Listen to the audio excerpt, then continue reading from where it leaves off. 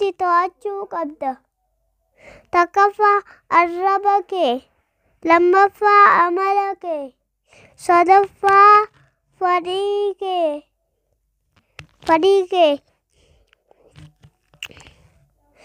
Waa sadii dhiisuu qabda. Takkaffaa abdii kutachuu, lammaffaa badii hojjechuu, sadaffaa nama tuffachuu. Waa sadii ta'uuf yaali.